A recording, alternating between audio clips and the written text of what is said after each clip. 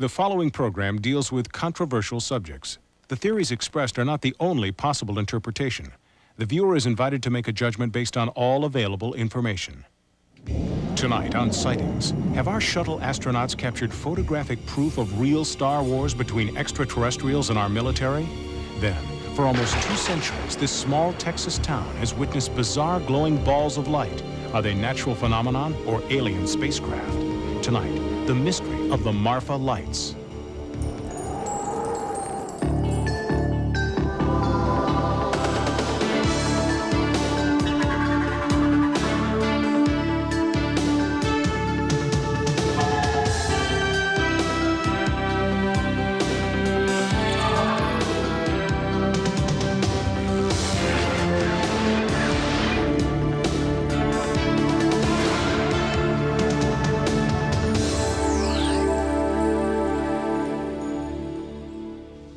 Welcome to Sightings. I'm Tim White.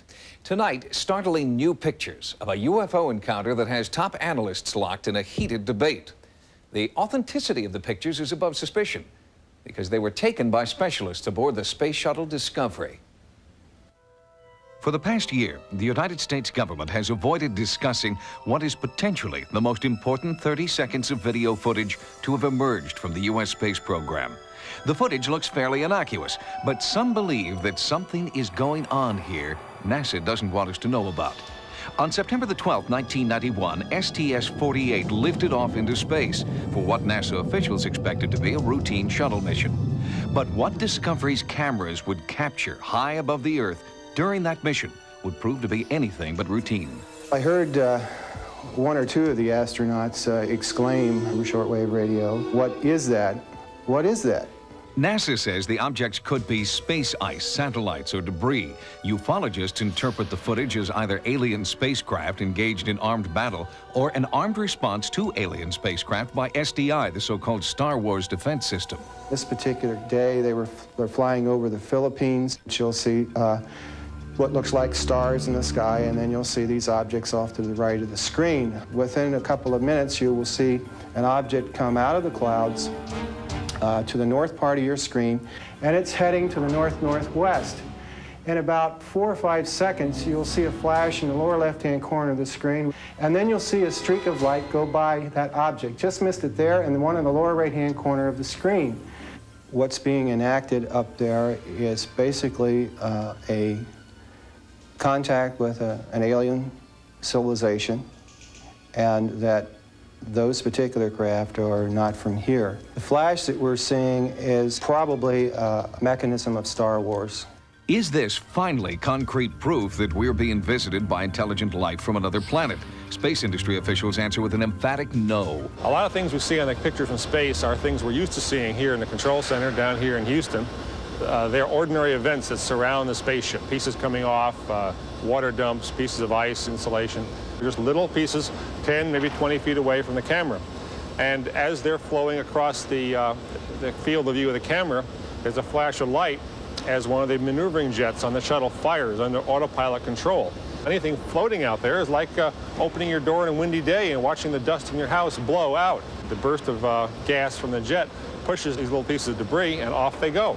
If that is true, why doesn't the horizon line and the curvature of the Earth's latitude change when that rocket fires in the upper left quadrant or to the west side? And NASA's explanation defies the laws of physics, according to University of Nebraska at Omaha physicist Dr. Jack Kasher. NASA's claim is that these are all pieces of ice, and that this flash down here was an attitude rocket adjuster to adjust the position of the shuttle, so it's going to push it in a certain direction, and the exhaust came up like this. Well, if that happened, then the particle should move up in this direction. Those two pretty well fit that scenario, but I have a real problem with the rest of them because, first of all, this one just starts here and continues on down this way, just straight the whole time. Now, that's the wrong direction for an exhaust in this direction, too. So I really have a lot of trouble seeing how you could make an explanation like that work. Analysis by aerospace propulsion expert David Froning refutes NASA's belief that the objects are conventional spacecraft. Its behavior doesn't look like a normal orbital debris. To make a turn like that in a conventional vehicle would just be impossible. And to do that, you really have to actually warp and twist space. These certainly do appear to be objects that are intelligently controlled. NASA has issued several statements insisting the UFOs are chunks of space ice, but they refuse to comment on 2 additional sightings that occurred later in the mission. Here, one object is intercepted by a rocket-like projectile. The object continues as more projectiles pass. Later, on the dark side of the Earth, another object comes into view. Soon, a second, faster-moving object nearly collides with the first, then continues out of frame. What if, then, they were extraterrestrial craft? Well, then, there are some very scary things happening here. Was it some kind of a missile that we were firing at them with? And if that's the case, then why did we do that? It implies we're prepared to do that we're almost expecting to encounter these things, and then we're hostile to them. Is our military prepared to launch offensive strikes against incoming UFOs? Government officials won't respond. It's not a question of whether there is a government cover-up about UFOs. There is. It's the most highly classified topic in all the government and military. Has the military secretly developed SDI beyond public knowledge, despite their denials? There have been developments for the Space Defense Initiative of particle beam systems that could have particle beams with the kinds of speeds that we saw going straight up into space. And if that is the case, why are we shooting at them? It implies that we expected to see them and that we were ready to shoot, and then we did shoot, so we considered them hostile. You can look at these kind of lights and these kind of reports of the flying saucers coming around our spaceships.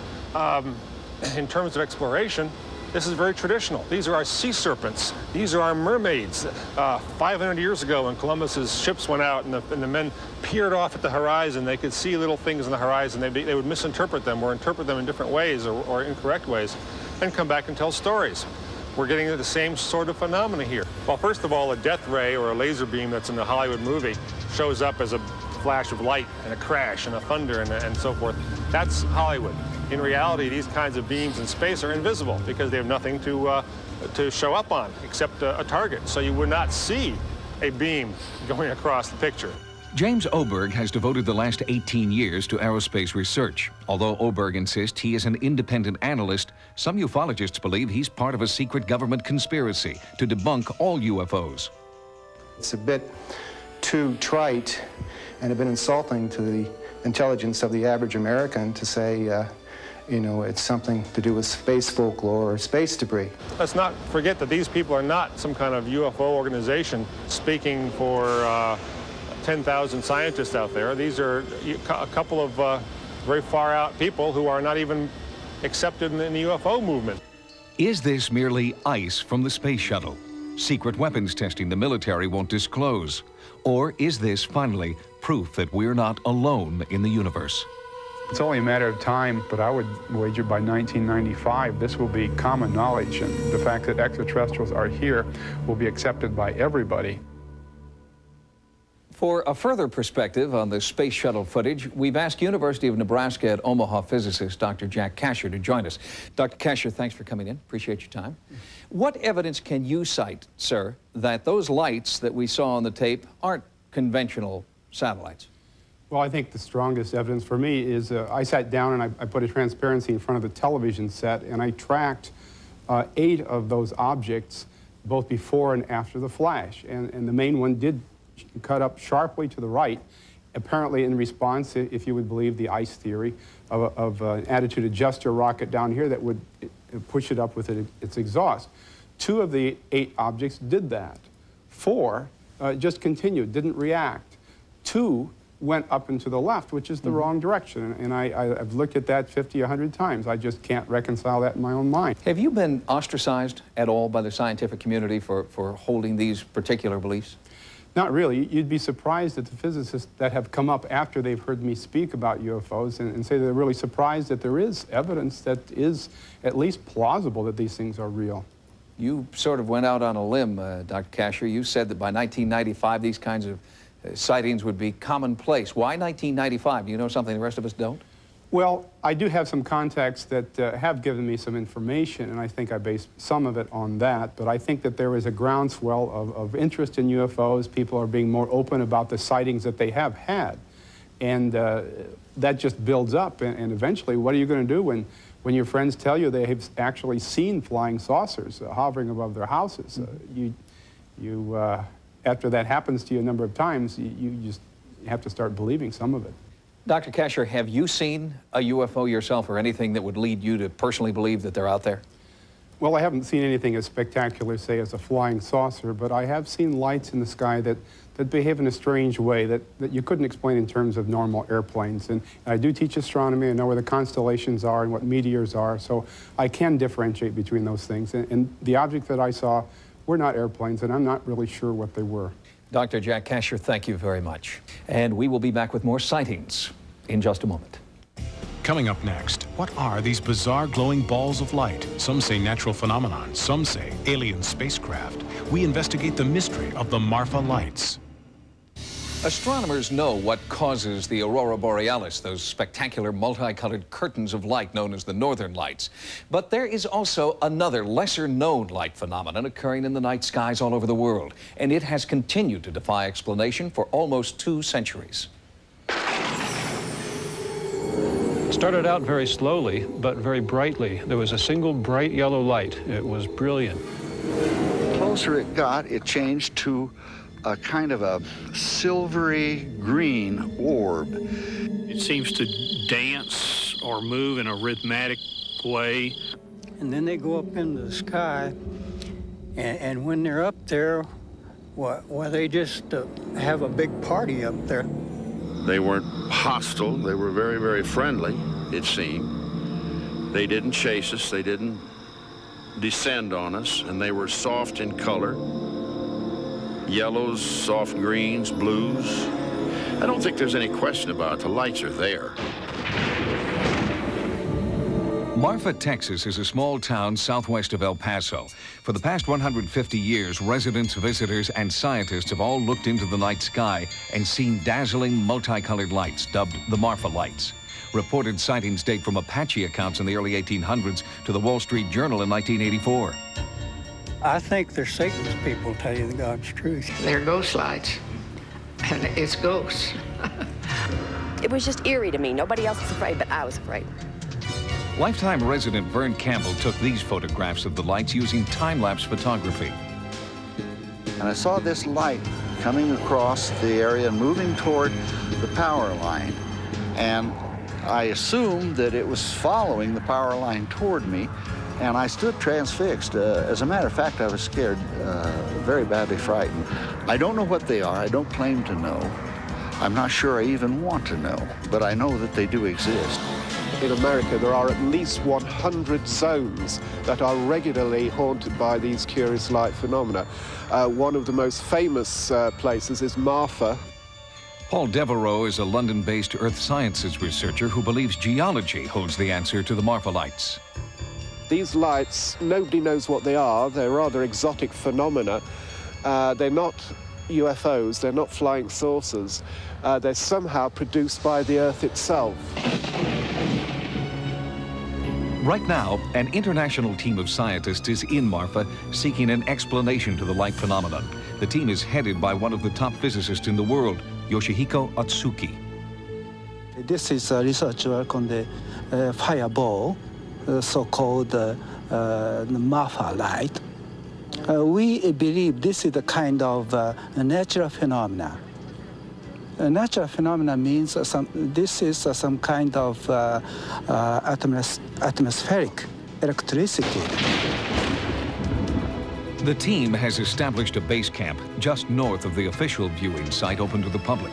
State-of-the-art atmospheric technology has been flown in and set up. All manner of recording devices are also in place. Since the team does not know the true source of the Marfa lights, they also acknowledge the spiritual. A Buddhist priest performs a ritual he believes will summon the lights. Early in the investigation, the team was frustrated. The lights did not appear. We watched and watched, but nothing we obtained, nothing filming. nothing eyewitness observation. So we was very disappointed. Mission specialist Ed Hendricks tried out new detection devices while the team waited. Hendricks' obsession with the Marfa lights began on February 2nd, 1991, when he had his first sighting. I was flabbergasted. I don't think I've ever been the same since. I've been fascinated and almost obsessed by it, trying to figure out what could possibly do something like that. Hendricks specializes in the science of spherics, the study of the sounds of the atmosphere. He has previously recorded strange sounds which accompany the appearance of the Marfa lights.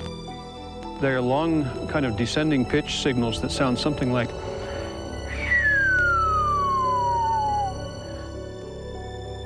On September 1st, 1992, as Hendricks set up his equipment, the team's first light suddenly appeared on the horizon.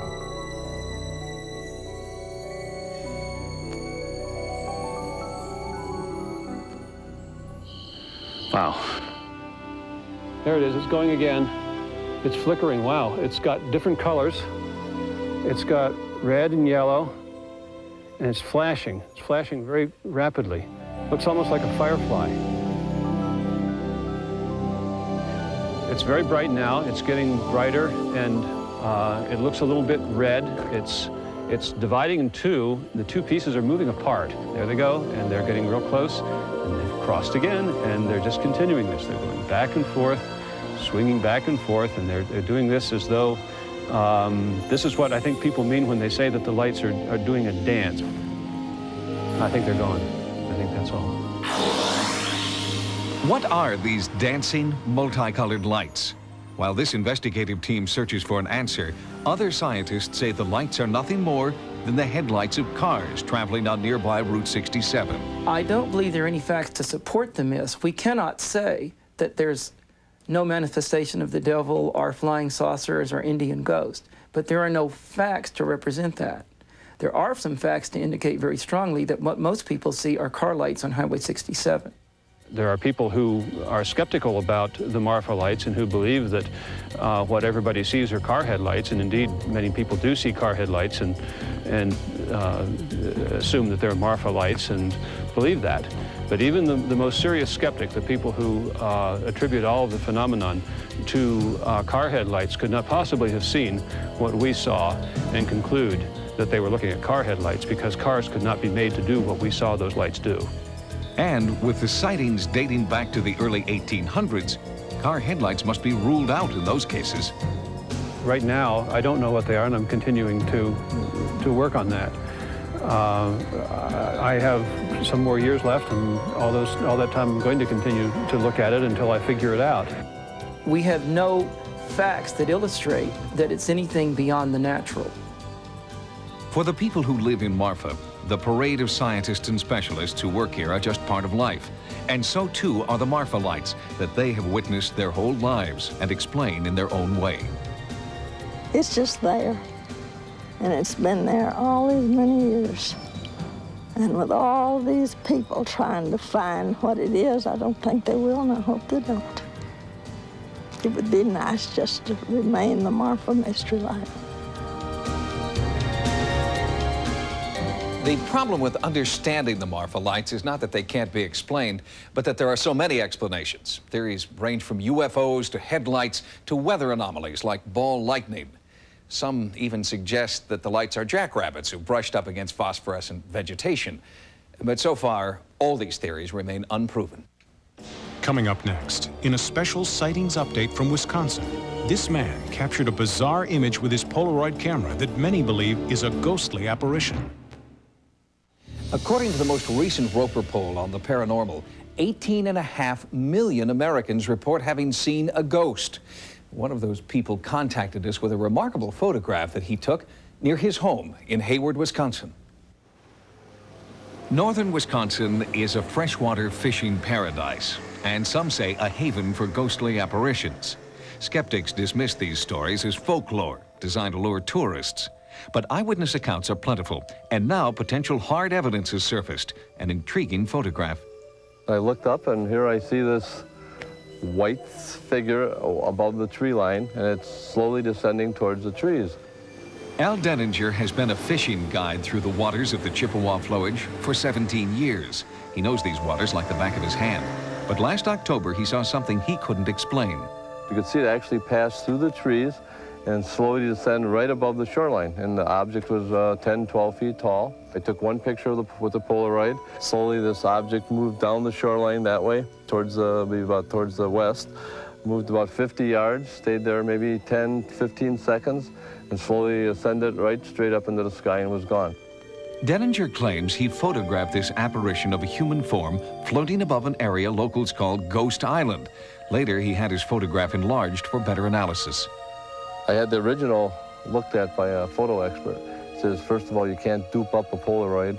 He says, well, I can't tell you what it is, but whatever it is, it's really there. When word of Denninger's photo got out, more eyewitnesses came forward, claiming they'd also seen the apparition.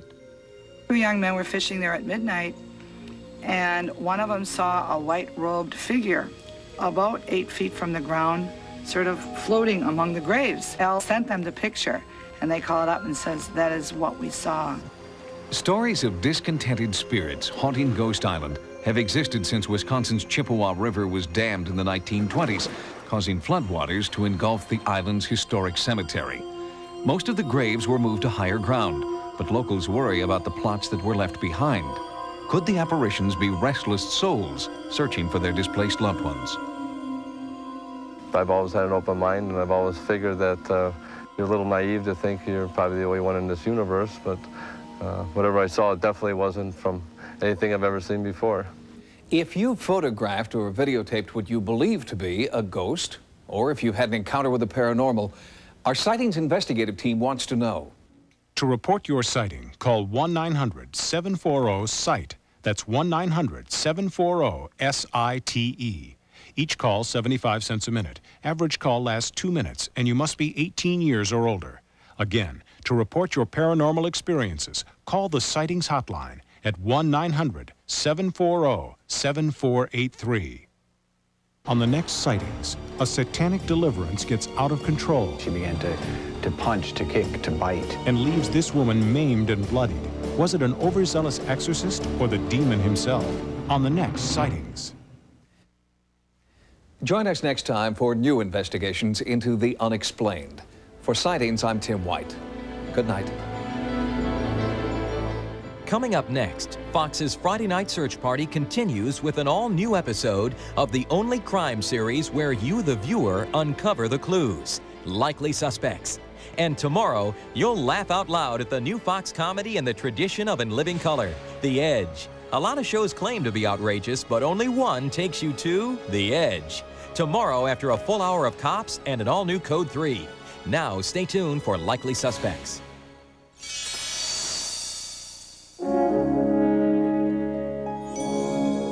Is potentially the most important 30 seconds of video footage to have emerged from the U.S. space program. The footage looks fairly innocuous, but some believe that something is going on here NASA doesn't want us to know about. On September the 12th, 1991, STS-48 lifted off into space for what NASA officials expected to be a routine shuttle mission. But what discoveries cameras would capture high above the Earth during that mission would prove to be anything but routine.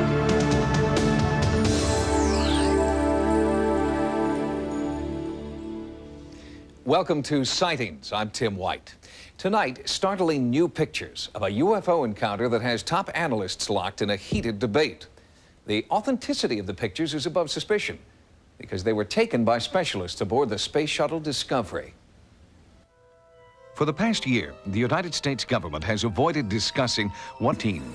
I heard one or two of the astronauts exclaim over shortwave radio, "What is that? What is that?" NASA says the objects could be space ice, satellites, or debris. Ufologists interpret the footage as either alien spacecraft engaged in armed battle or an armed response to alien spacecraft by SDI, the so-called Star Wars defense system. This particular day, they're flying over the Philippines. The following program deals with controversial subjects. The theories expressed are not the only possible interpretation. The viewer is invited to make a judgment based on all available information. Tonight on Sightings, have our shuttle astronauts captured photographic proof of real Star Wars between extraterrestrials and our military? Then, For almost 2 centuries, this small Texas town has witnessed bizarre glowing balls of light. Are they natural phenomenon or alien spacecraft? Tonight, the mystery of the Marfa Lights.